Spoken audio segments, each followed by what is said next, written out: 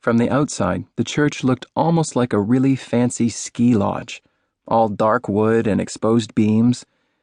It had probably been built by one of the architects responsible for all the McMansions on that side of town.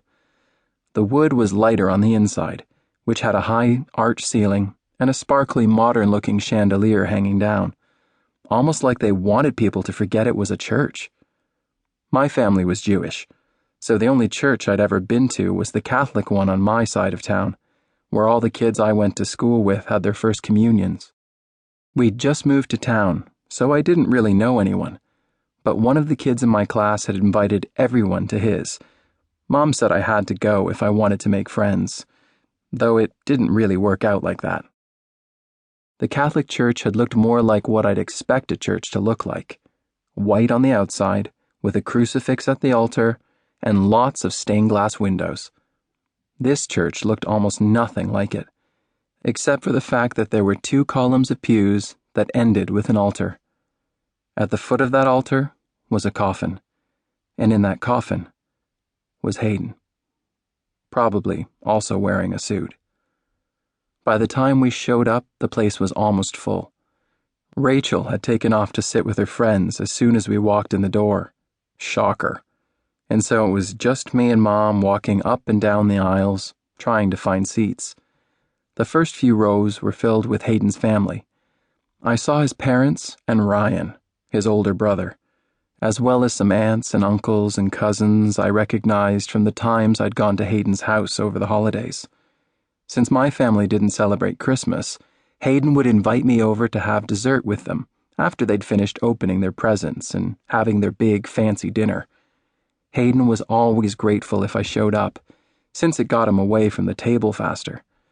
His mom was always on his case about how much he ate, and Christmas was the worst.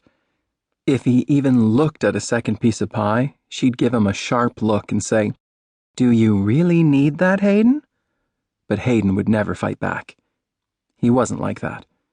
He'd do anything to keep the peace. They'd never deserved him, his family.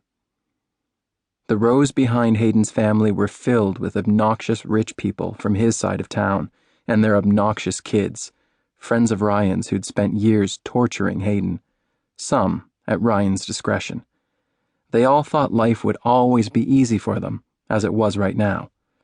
Rich jocks like Jason yonder who hired tutors to get them through the hard classes. Girls like Stephanie Castor, with nose jobs and personal trainers who would have been beautiful without either, but who now all looked exactly alike.